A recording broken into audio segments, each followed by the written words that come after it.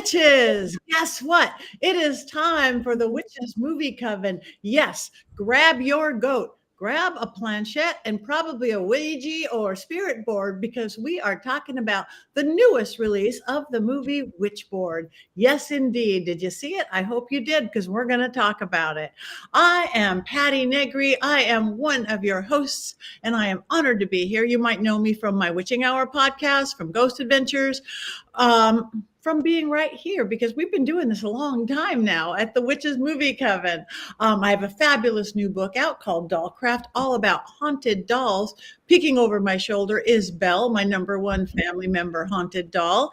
And I can't remember, I believe I remember to say it today. But let me introduce you and pass you over to my co-host. Especially, let's start out with the ones we have missed for weeks and weeks now. The beautiful, amazing, still alive Courtney Buckley. Welcome.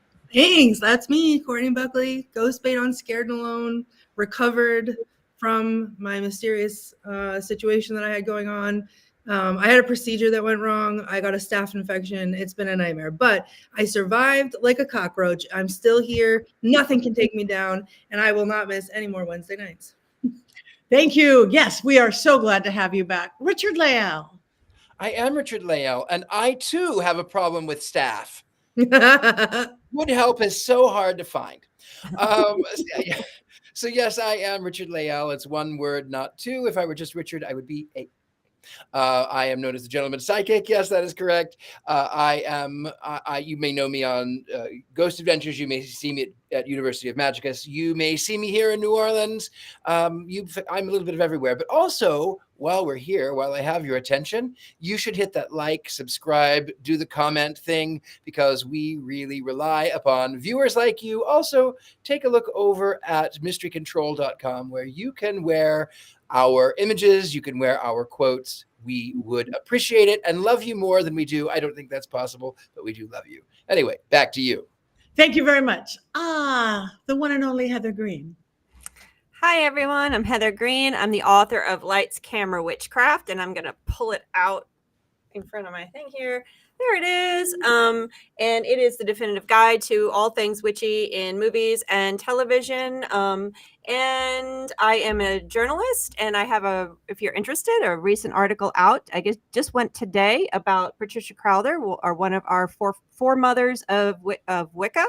And I do all kinds of articles on witchcraft and the occult in mainstream media, as well as I am an editor at Llewellyn Worldwide, working with wonderful authors like Patti, of course, and Jason, who's not here, of course. He's not my author, but I work with authors like him. And I would like to say, while I have your attention, that I started today a witchcraft film festival on social media. So every day I'm going to be listing one of the top witchy movies, most popular witchy movies, 31 throughout October. And each day I will be linking to one of our podcasts. So if you see a movie, if you see one of my links, you'll also get a link to one of our podcasts where we're talking about that movie, just for added information. So please check that out. And again, like and subscribe and follow us. Oh, perfect. Thank you so much. You guys follow that social media. And Jason, we're not sure where he is, if he's coming or not. We don't remember if he told us he was coming or not. We are excited to say, you might remember even from last week, the one and only Scarlett I was going to say your last name wrong, so I said your first name wrong.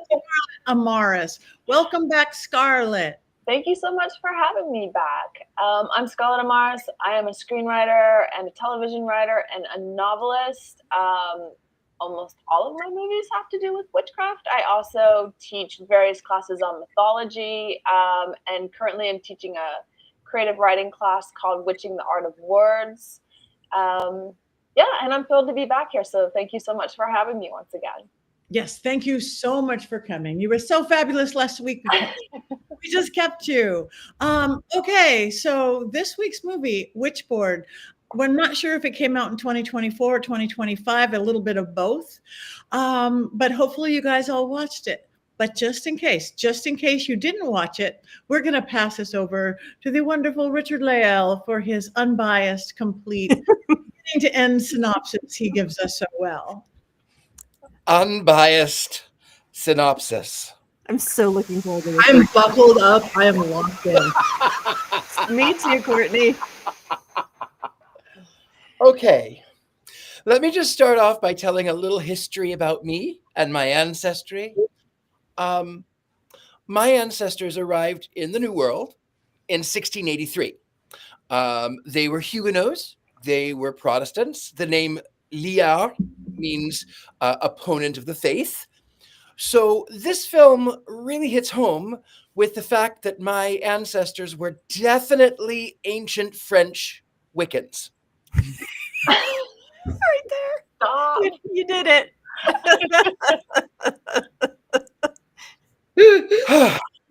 Now that I got that out of the way, the film begins in 1693, not Salem, not Salem, 1693 France. Where? It doesn't matter. She's a witch. She's a what? A witch. This witch has some sort of love affair with love-hate relationship with a bishop, because of course she does. Of course she does.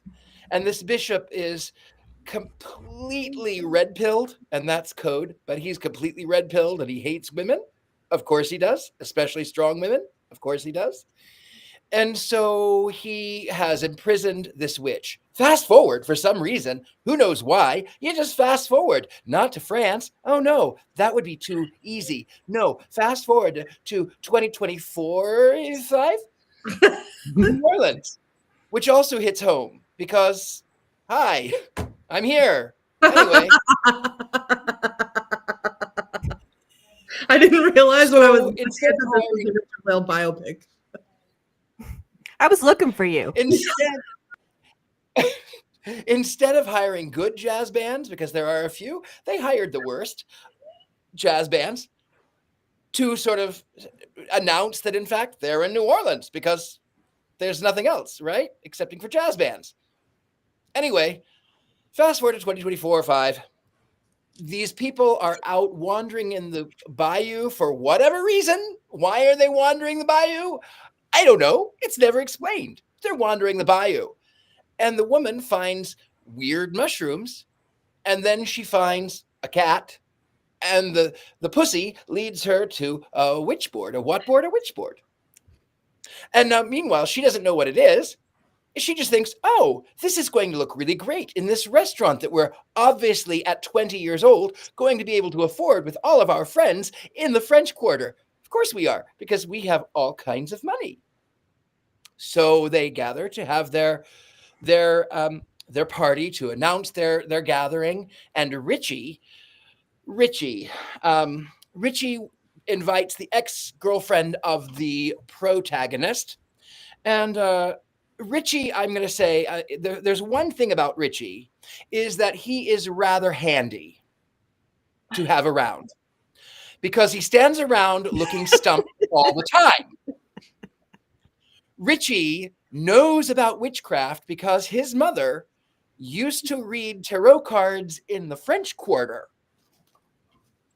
Woo, woo, woo. And he says, I don't like that thing. You need to get it out of here. I have a bad feeling because my mother read tarot cards in the French Quarter. And meanwhile, the woman is trying to find her wedding ring that she has lost. By the way, she's also, you find out, a recovering addict. So she uses this witchboard to find her wedding band. And then Richie has an accident where he loses something very special. His life. And then, gosh. That was a Witches Movie Coven jump scare. Not the first one. Meanwhile, Witch from 1693, France, not Salem, is summoned through a portal in this witchboard with her finger that she severed. And then she possesses the body of this person. And meanwhile, there's this bad guy who stole that from a museum. And then the other guy ended up dead. And he's trying to find this witchboard. And so somehow he is the ancestor of this archbishop And yet at the same time, he sounds very English, which is very strange because he's supposed to be French and he lives in New Orleans. Nonetheless, I digress. It turns out that this witch had murdered, she had caused all of these people to go crazy and murder themselves because the bishop had said that she was a witch and a WHORE.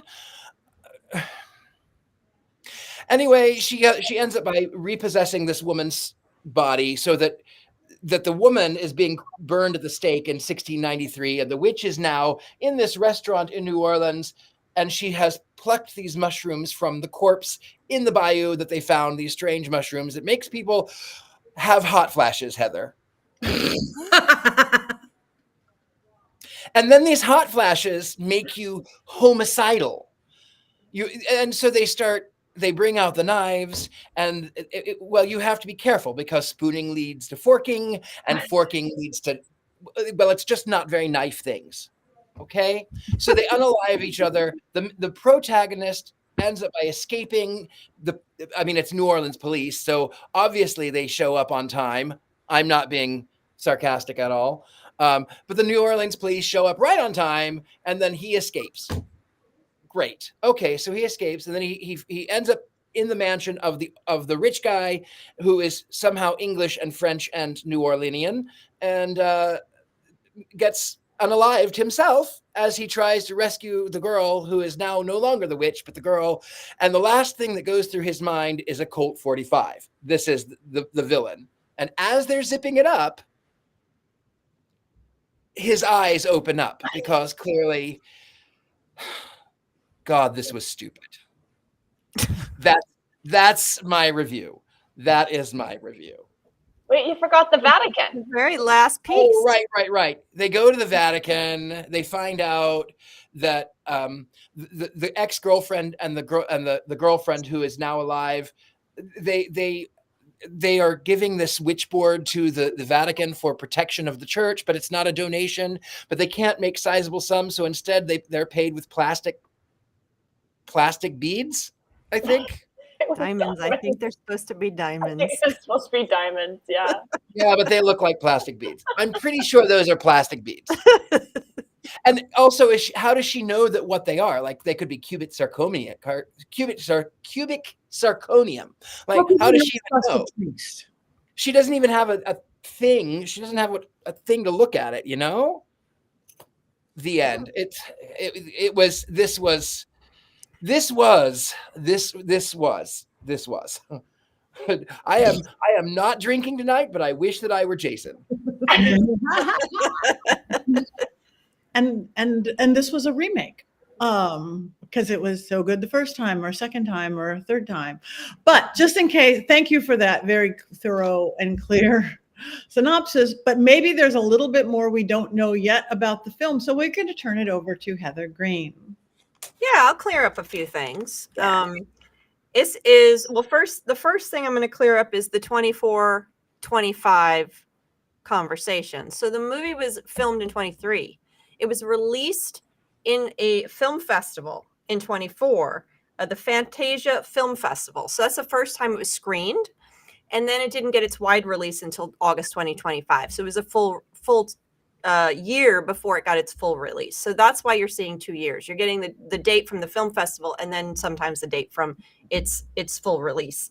So it was written and directed by Chuck Russell. Yes, it is a remake, not an exact remake, but it is considered a remake. He liked the original one, so he wrote his own script with some cohorts on I'll get to all of the witch. The original one a little bit later. Its budget was $15 million. Up until this point, it's grossed, including international, between $300,000 and $400,000. It grossed. It definitely grossed. It has moderate reviews. What was that? Sorry, I can't get past the 15 million. That just Yeah, well, that's the number that I'm seeing. So, and I was getting different numbers with the total gross, but I saw some said 300 something, some said 400 something. So yes, it said it was a $15 million budget, and those were this director was the director of Mask. He did Paradise City, Scorpion King. He did Nightmare on Elm Street 3. He has some cred, so I'm assuming he was considered. They threw him out. I don't know about that portion of it.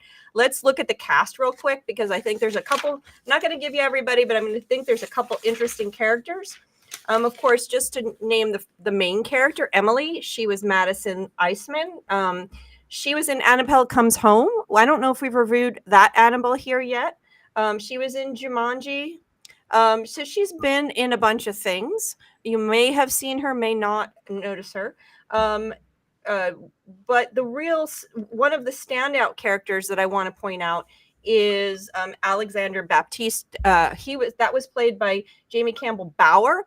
And if you look closely, you may recognize him. He was Vecna from Stranger Things. Okay, so that's where immediately you say, okay, yeah, he plays a great bad guy. He was also in Fantastic Beasts, The Twilight Saga, Game of Thrones, Sweeney Todd. He's been a lot of things, and he's continuing to be in a lot of things. But I think for me, I recognized him as Vecna first because I love Stranger Things.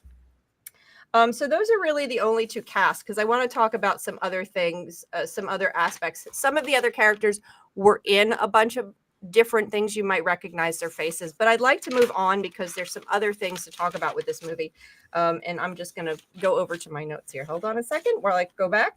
So first, let's talk about the board itself. So the board in the original movie was an actual Ouija board. This is a round board that was supposedly created by late Egyptians or some kind of thing. And they also specified that the pendulum boards, which is what they're calling this, is spirit boards and pendulum boards. They use both those terms in this movie. And pendulum, they say the pendulum board was outlawed by the Pope at some point. That is false history. This movie is so filled with such good history. I was surprised they got that wrong. So the divination was banned. There are regulations about divination, but not specifically the pendulum board. This board is not a specific board as far as I can tell from any past history. The Ouija board itself was created in the 1800s, the late 1800s, during the spiritualism movement, along with Tarot and all that kind of stuff. It came about then. There's a wonderful history to read about the Ouija board. There were spirit boards and pendulum type boards before. They aren't exactly the same thing. But this particular round board is not anything specific from any era or anything. There were spirit talking board type games in Egypt, as far as I can tell, but they did not look like this. They were square. They came from a game called Senate, and I don't know anything more about that. They're experts in that field, but it is not this board. So that was all made up history. Let's talk about some other made-up history here. This takes us right over into the ancient practice of Wicca. So I'm going to read you a couple of notes, because after about the fourth one, I almost walked away from the movie. In the beginning, pagans, when she looks at the board, she says that could be pagan or even Wiccan. It's got to be over 100 years old. Yeah. It's an early Wiccan pendulum board. She uses the term ancient Wicca. And then she references that Ouija was a later addition to the ancient Wiccan pendulum board. Remember that the Ouija was created in the late 1800s. But the recent Ouija is only a game. It's not a real board. That was also prefaced. That was a Baptiste that said that. They called Wicca age-old nature worship. Actually, they got the nature worship sort of a little closer. The women with the white hair were white witches, and she was ready to study the Wiccan arts.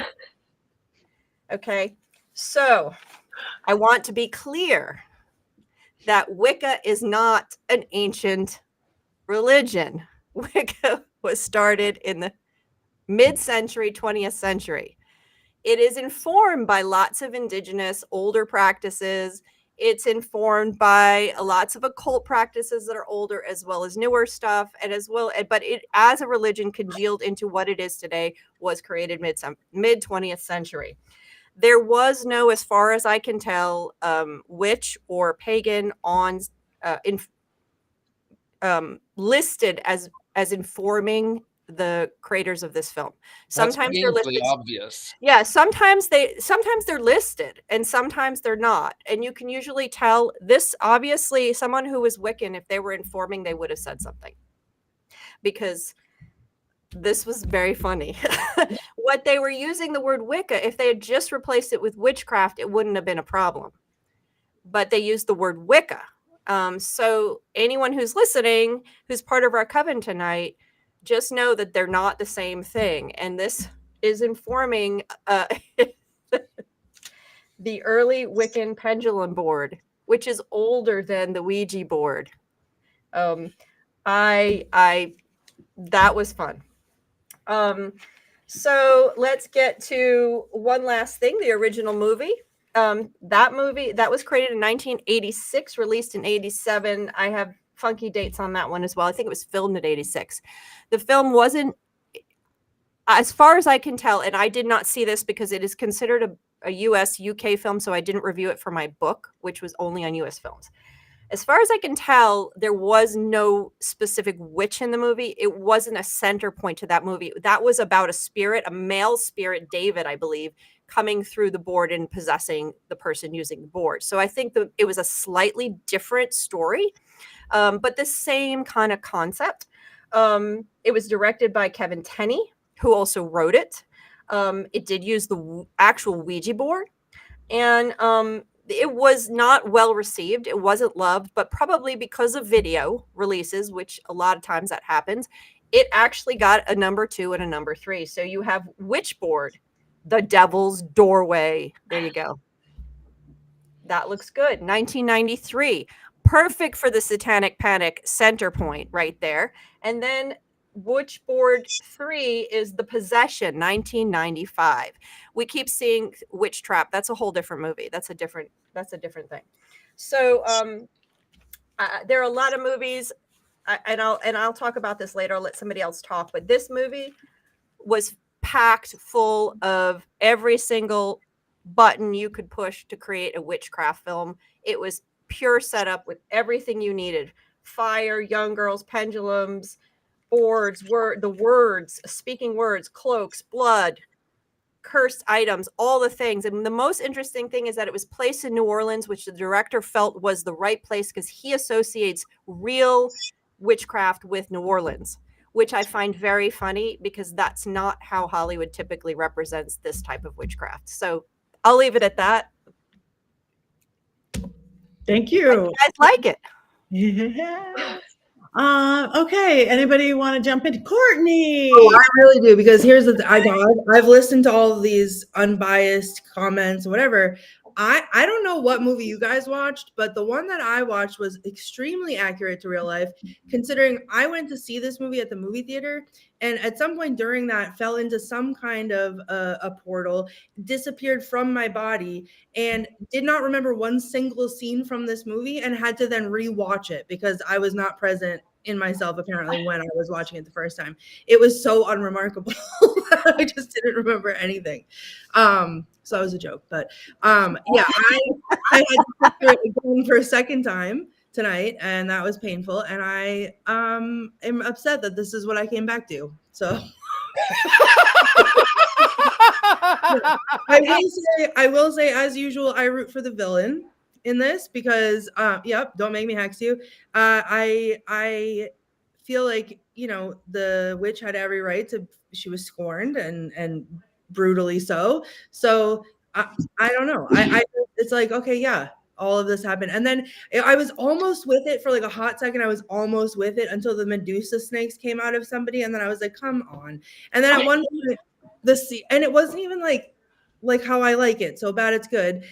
It was just bad. Like there was one point when the cat CGI looked like a bear climbing on a wall. I don't know. It was a lot. It was very predictable. There was nothing. I was struggling to find quotes. I did get some, but I was struggling to find some. And then I tried to cheat and go on IMDb and look at quotes on there because I couldn't find any, and they don't even have a quote page for this, which I feel like says a lot. So I don't know. I'm really glad to be back. And I even made a special occasion. I'm at the Proctor House. I'm coming to you live from the Proctor House. And right. And like, you know, I tried to get in the mood. It's October 1st. It's spooky, like whatever. And I watched it here in the house. And it was just, I was like, I did the thing that I always do where I'm like, oh, we have to be at least halfway through the movie. I'm going to check. And it had been 20 minutes. And I was like, you've got to be joking. And I did that 3 more times. And then when the Witchboard logo came up, I was like, finally, it's done. It's over. I can get up. And then it was like, oh, here's a whole other super important scene to the plot because we're all going, let's go to the Vatican. Let's just walk right in. So that's we're going to make a number 2 and number 3. Made very clearly, obviously. Okay. Well, thank you. I wanted to like it. I'm like, when I'm watching the trailer, I'm like, well, I love opening a restaurant, young people cooking mushrooms. That's good. I love New Orleans, one of my favorite cities anywhere.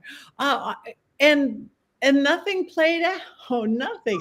Even New Orleans. I'm looking at the dancers in New Orleans. Like, those are the worst dancers I've ever. I see dancers on the street. They could have driven by anywhere in the quarter and seen street dancers that do better street dancing. So I just kept getting more and more disappointed as we went. And then I kept getting so tired because, and it could have been so good. I mean, it could, and again, the same thing, Wicca, everything that you guys have mentioned, I don't need to keep mentioning it. The one thing I can say, they did not kill any cats. I thought that the whole time. Cats. And when I first saw the cat, I'm like, oh no, if there's going to be another, I have to hide my head in the bathroom for the entire night. But wait, the cats these are a plot point. These are, evil, magical witch cats. They're going to be okay. I mean, there was somebody threw a cat once, but the cat, of course, is magic and was fine. So its only redeeming value for me was nobody killed a cat. That's it. That's all I got. It was dreadful. I mean, it was so dreadful. And like, so the opening scene is a rip on another movie called La Chiesa. It's a much, much better movie. And so I was like, oh, okay, I see where that's coming from. Like, I'll give it a chance. It's obvious that it's shot well by somebody that knows what they're doing. But the story was so awful. And I was like, is it somebody who knows what they're doing who's trying to do like an 80s remake? And so they're putting in all of the touchstones. But my God, it was terrible. And it just had plot holes that you could drive a truck through. Like, you were just like, really? Why are you slitting these people's throats? Why are you filling the pentagrams with blood? Like, yeah, I don't know how many times I said to myself, like, am I really going to sit through this whole thing? Like, I guess I'm going to, but like, there are other things I could be doing with my time. But yeah, and Wicca comes from the 1950s. Gerald Gardner coined the term. There is nothing ancient about it. He can say it comes from this ancient word wiki that he heard in a dream one night. But yeah, it shocks me that in this day and age, with so many good magical practitioners and so many good like magical history people, that you would not get a consultant to at least help you formulate a script that is sensical. And just $15 million, like $15 million for this film, it just blows my mind. Well, you know what? All they had to do was replace the word Wicca with witchcraft. That's all they had to do to fix that problem. And that would be, the rest of it obviously needs more help. But if they had just fixed that, at least you wouldn't been walking into that mess. Well, also, why would you have a witch called Nagasath, which is not a French term? That's like Yog-Sothoth from Lovecraft. It felt to me like, especially as a screenwriter, that they were trying to pull all these different universes into this one very jam-packed thing, and none of it worked. Like, it just came off as silly. And I don't know many Wiccans who make a practice of carving people up in a restaurant or carving people up even in a village hundreds of years ago. Like, I mean, you know, I have seen witch wars, I've seen things, but Wiccans don't normally do that. It's nature worship. They don't know. I'm a pagan. I'm not a Wiccan. Like my ancient French ancestors were. And like something that really confused me at the ending was he's supposed to be the reincarnation of the religious guy. Mhm. And yet he's trying to save her, but he's her tormentor back in France. So if he's her tormentor, why are they going to rule the darkness together? Like I was like, what? Yeah. Yeah.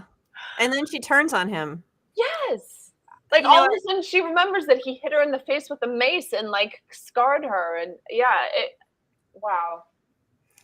For me, I think there was, you know, if this had been, if I was writing my book and using this and mentioning this film, I would definitely mention the fact that Wicca was not treated properly. That would be the main point of this, because most movies now get that point right. Most movies now, even if they don't have a consultant, they're using the terms, since the 90s really, have been using the terms reasonably properly. Yes, they have the pentagrams and the blood and they have all the horror stuff, but they're getting at least that aspect right. So I would definitely point that out because it's very unusual for now. I would expect that problem to be in the 80s, to be in the 70s, to be, you know, not to be done now. So it's really shocking that in a 2025 we're seeing that mistake made.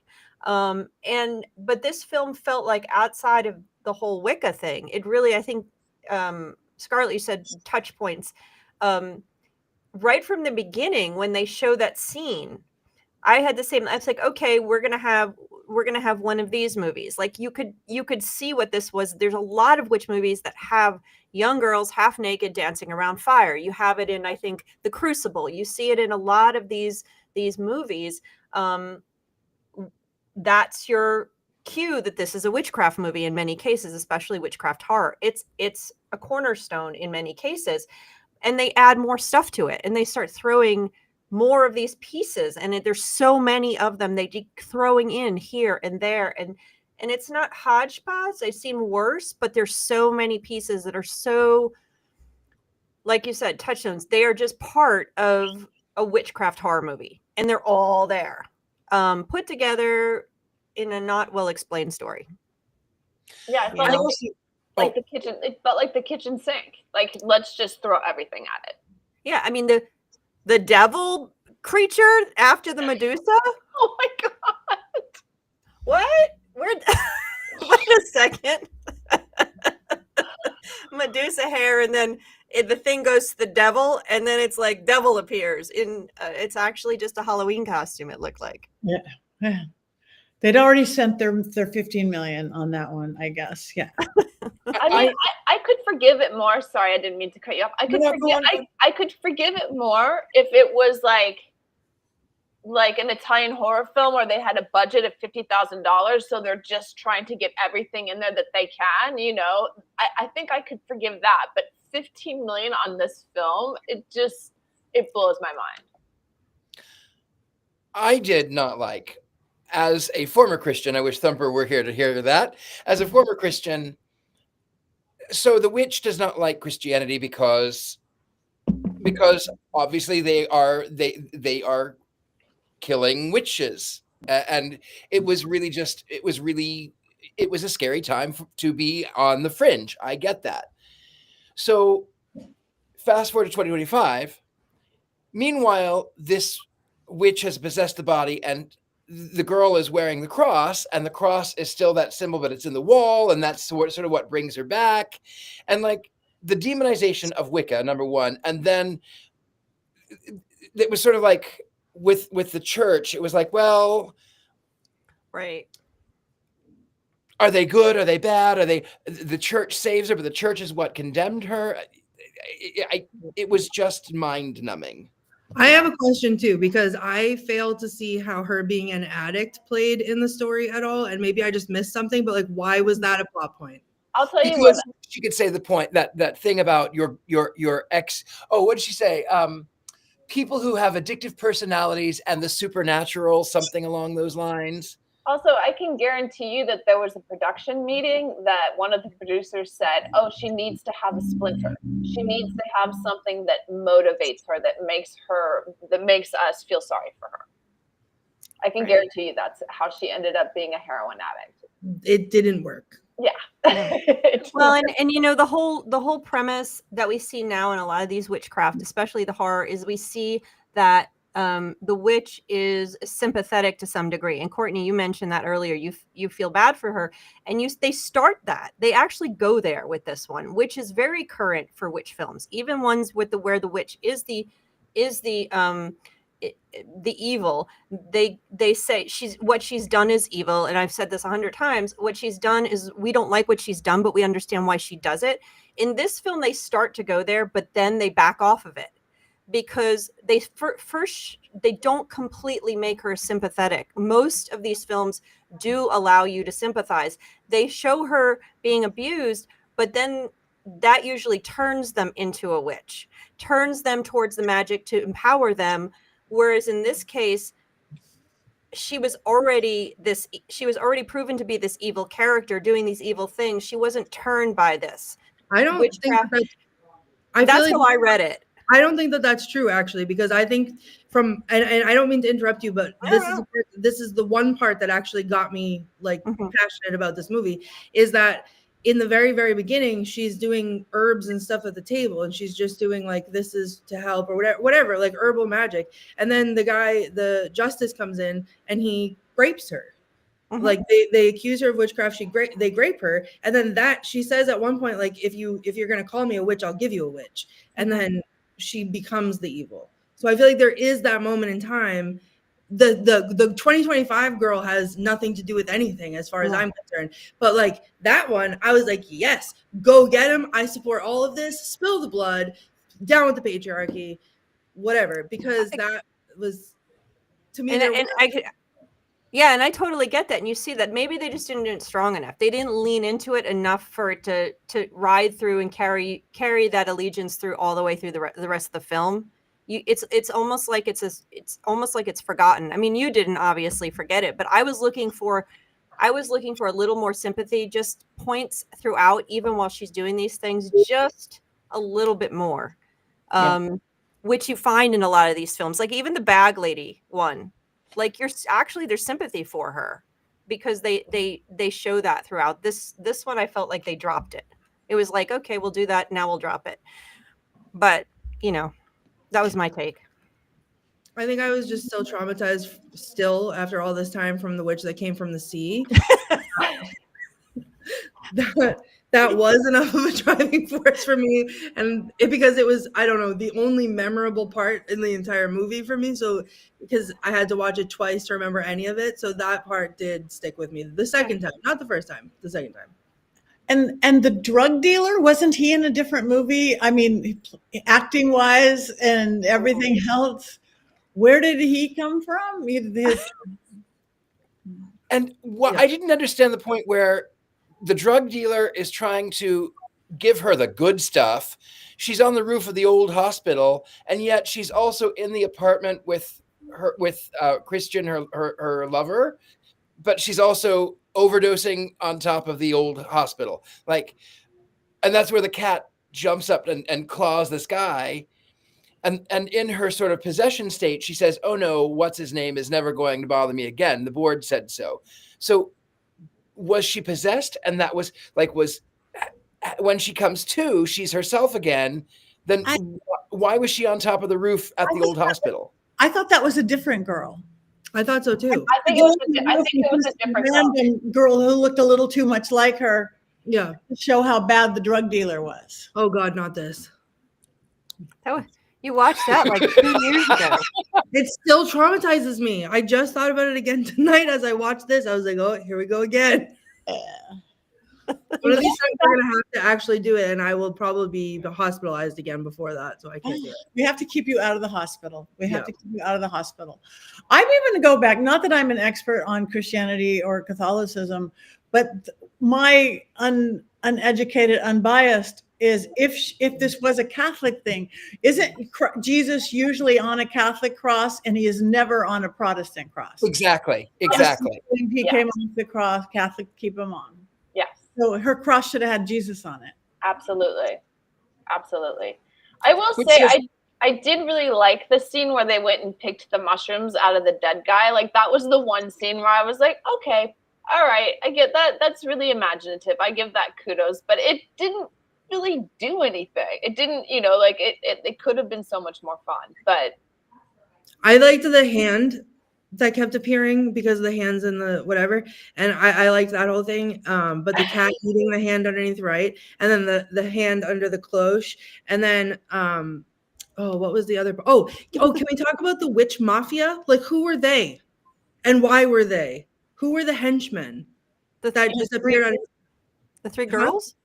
No. There was all of a sudden there was these like men who looked like they were the mafia and for no reason appeared and they were just like fighting also, but like it's literally the only thing I contributed to is I wrote it down, like, who is the witch mafia and why are they there? I laughed at the fact that there were the three white witches, the three women with the white hair are white witches. And the woman says, the ex-girlfriend says, oh, this is Hagatha or whatever her name was. Hagatha and her sisters. Yeah. Like, how rude is that? Well, I thought when Hagatha died, the one died, that the other ones were just going to disappear because they didn't. You can't have three. You can't have two without one. I think they were trying to pull off, again, more witchcraft. I think they were trying to be, I think it was Hecate or Hecate or Hecate, whatever, however people would. Yeah, that's common. You know, once again, they're pulling typical witchcraft stuff. That's the three fates. It's the three witches around the cauldron from Macbeth. That's just, there's always three. Hocus pocus, three. That's a very common trope. So I think that's what that was. It's the three witches around the cauldron. Although we didn't really see a cauldron, though they did stand around the guy and slit his throat. So, and they had a bowl that dripped blood into it. So maybe that was their cauldron. Maybe. Yeah. I'll take that cauldron. I like that one. I didn't mind the blood. I didn't mind. I didn't mind it. I thought that was probably the most interesting part of the whole movie. My eyes paid attention to the screen when that was happening. The second time, the first time, I don't know what planet I was on, but I have no recollection of it after the first. What? There's a movie, or did we just make that? AI. Yeah. Okay. Do we have anything else to discuss on this fine film? Perhaps not. Quotes. Courtney. I have. Don't get excited. I have some. Okay. The most of it is from the ancient Wicca, from the from the France people. The baron, whoever he is, the I don't know, the bishop guy said, "I must determine if this wench is possessed by Satan. Don't resist. I'm here to cleanse your soul." I was like, "Who's this guy?" And then the part that I was like, yes, get him. And the only part that got me excited in the whole movie was, mark my words, if it's a witch you seek, it's a witch you shall have. The hands that defiled my flesh will be torn from your body. And I was like, get him, girl, get him. And then the bishop again said, hurry up, witch, or hurry to your death. And then at the restaurant, so also at the restaurant, they're eating these mushrooms, which are making half of them like murderous and hallucinate, and then the other half are like horny for no reason. So she's like trying to make out with the waiter. Like, I didn't understand that, but in front of her date, and the date was like, the date said squeeze his, I'm gonna have to censor this, but squeeze his butt like it's a effing baguette. And I was like, why would you squeeze a baguette? It's hard.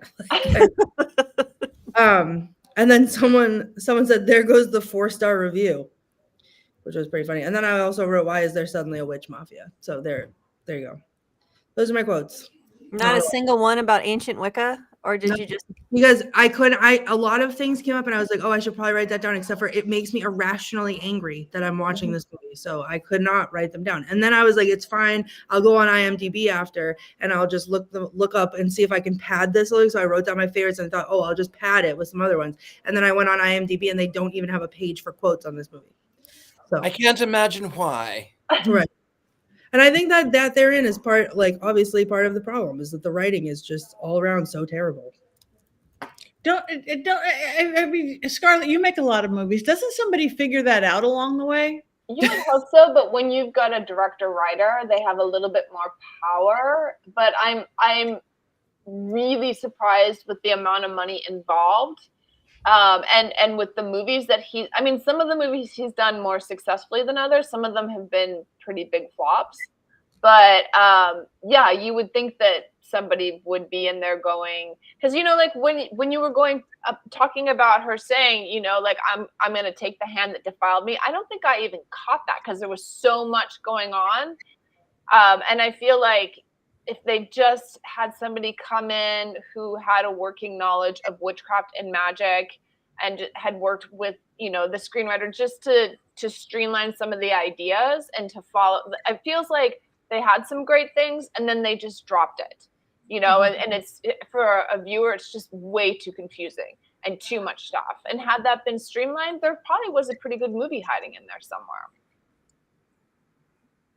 And what's even some more surprising, I mean, even if they didn't have a consultant, because they don't all have consultants, is that there's enough people aware of modern witchcraft.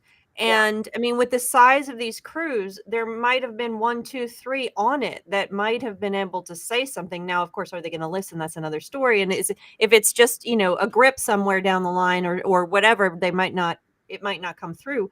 But you would think that in today's day and age, someone would have said something, at least about the ancient Wicca piece of it. I mean, and not only that, Google is free. But you got to know to Google it. I mean, they also pointed to there was other stuff that was historically inaccurate when it comes to this. So, maybe it's more outstanding. I know people don't know what Wicca is. I know that people don't know just general population. I write for media. I know we have to explain what it is. Every time I write an article, I mention Wicca. You can look, there's a definition of it in there. So, Yeah, it was interesting because I did look up a couple articles on it before jumping on here. And the one thing that the director kept talking about was having researched the historical aspects. And I was like, yeah, of course, there were witch trials in that area, but then you give a witch a very non-French name and you don't base her on any of the French witches at that time. And then, yeah, you have the ancient Wicca and the ancient Witchboard. No. Yeah. Historically, this was a mess. Yeah. So. Agreed. We will so sadly miss Jason's Mankey movie moment on this one. I have one. Oh, I'm a Jason movie Mankey. Let me see if I can be Jason Mankey. Oh. In a world where facts don't matter. I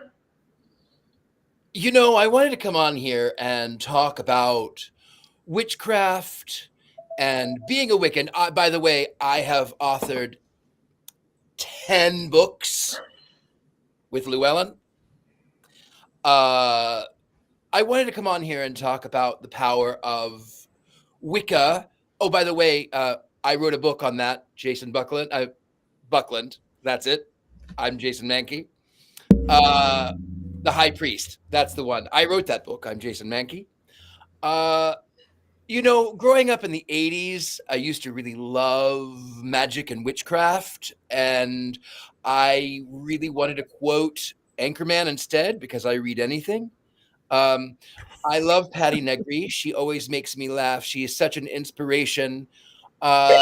I love Heather Greene. She is just really incredible as a person, really inspirational as a witch.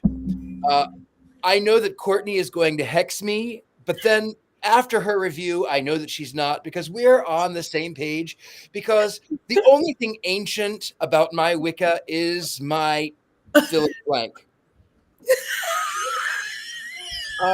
Richard-Lael makes me laugh too because, you know, he's really good about really getting to the point of films.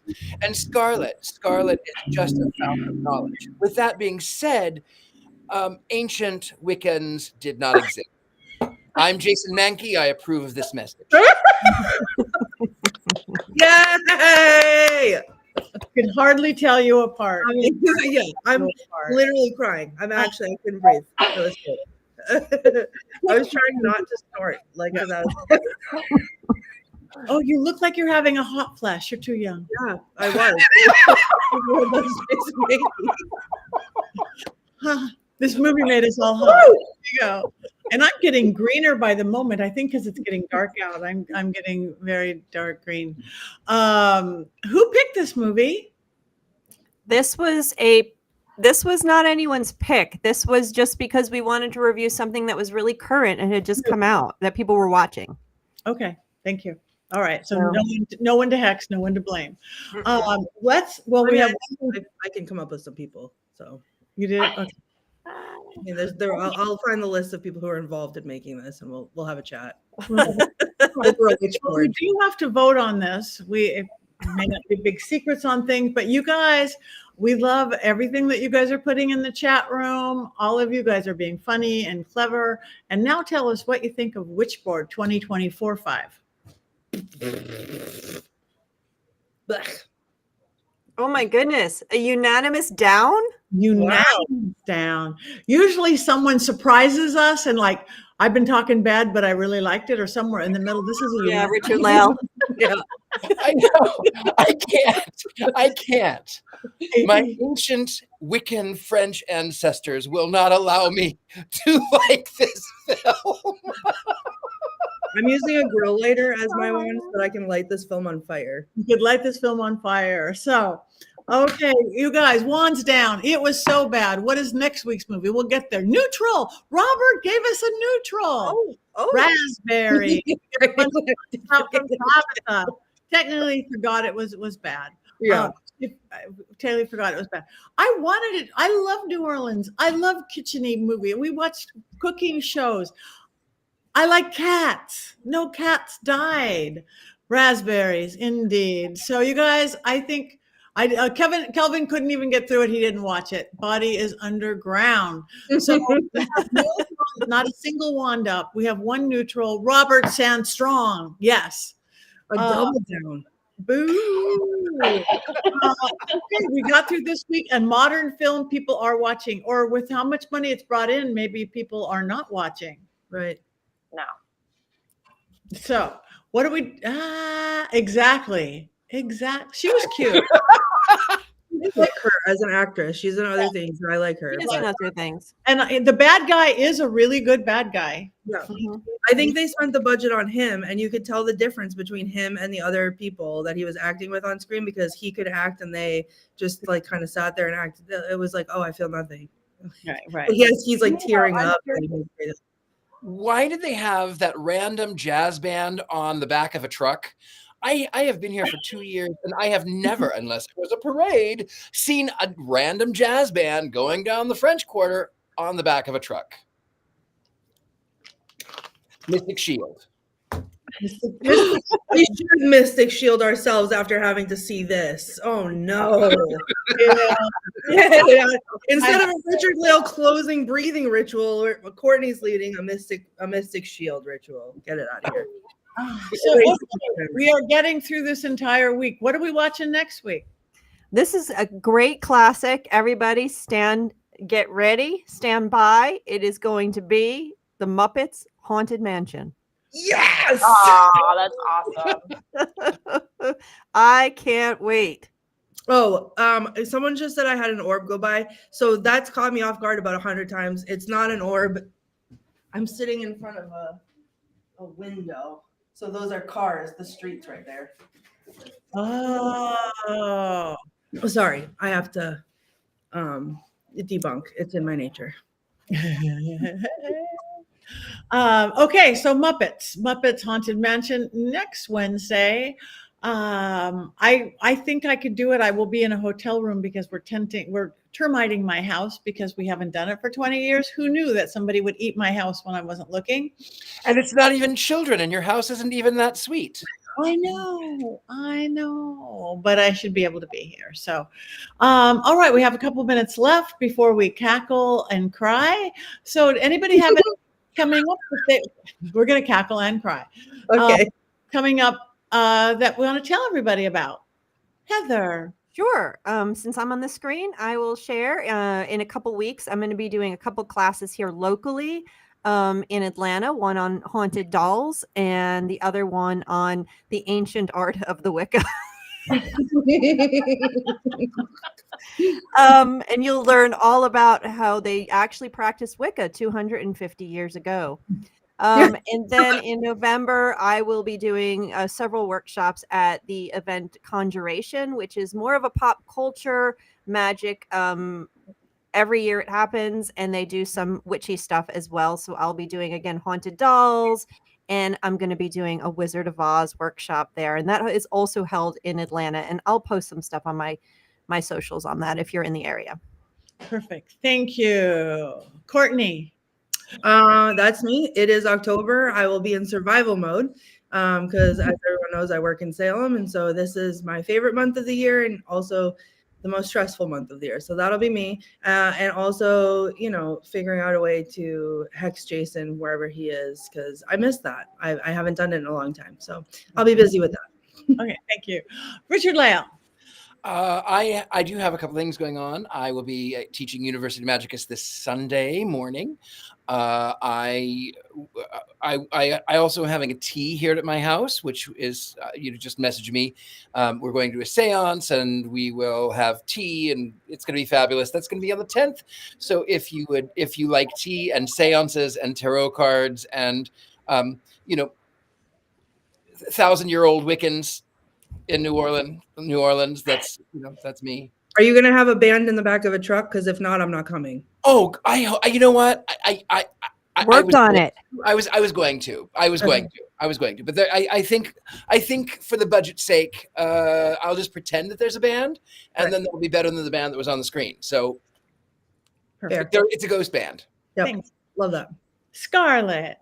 I'm teaching a series at the Crooked Path, Witching the Art of Words, which is a creative writing and witchcraft series. And then we're also doing real life scary stories on the 18th, I think it is, where we're having practitioners tell their real life ghost stories, like in this whole setting at the Crooked Path. And then I'm prepping to shoot a music video at the end of the month to direct another one for Scarlet Seraphim. I did her music video, Nail Me Down, which actually won awards at some of the festivals. So I'm excited to work with her again. So that's Can people see that? Can people go to YouTube or see it somewhere? Yeah. It's a great video. It's on YouTube. Yeah. It's called Nail Me Down by Scarlet Seraphim. Thank you. Thank you. And me. Also, and happy me. early birthday. Sorry, before we scroll past it, Colin said his birthday's on Friday. Happy early birthday, Colin. Happy birthday. Happy birthday, Colin. Yay. And for me, I'm going to be in Illinois. I'm going to be at Rock Island, Illinois, doing all sorts of fun things at a big old haunted place. I think I've got a midnight seance till 2. I'm teaching a practical magic class, doing paranormal investigations, be pitching my book, Dollcraft. I'm doing another thing with South Florida Paranormal, a demonstration on the Delco method, which is the Estes method with flashy glasses. It's going to be a big weekend, a lot of Paraflix people, a lot of art people. So Rock Island Esoteric Expo. It is called Rock Island Esoteric Expo. You can find it at pattinegri.com. Come on down. All sorts of cool kids are going to be there. And that's it. It is that time. Next week. Wait. Next week is, what day is it? Wednesday. And it's not your birthday week. Oh, that's the next week? Okay. That's your birthday is the next week where you have your birthday choice. Okay. Because I was going to say Muppets is not my birthday choice. No, that's your birthday choice the week after. Next week is the 8th. Oh, it is? I'm so ahead of myself. My phone is ringing. Everything is going. So, okay. Never mind. Muppets. That's it. Come back in both weeks.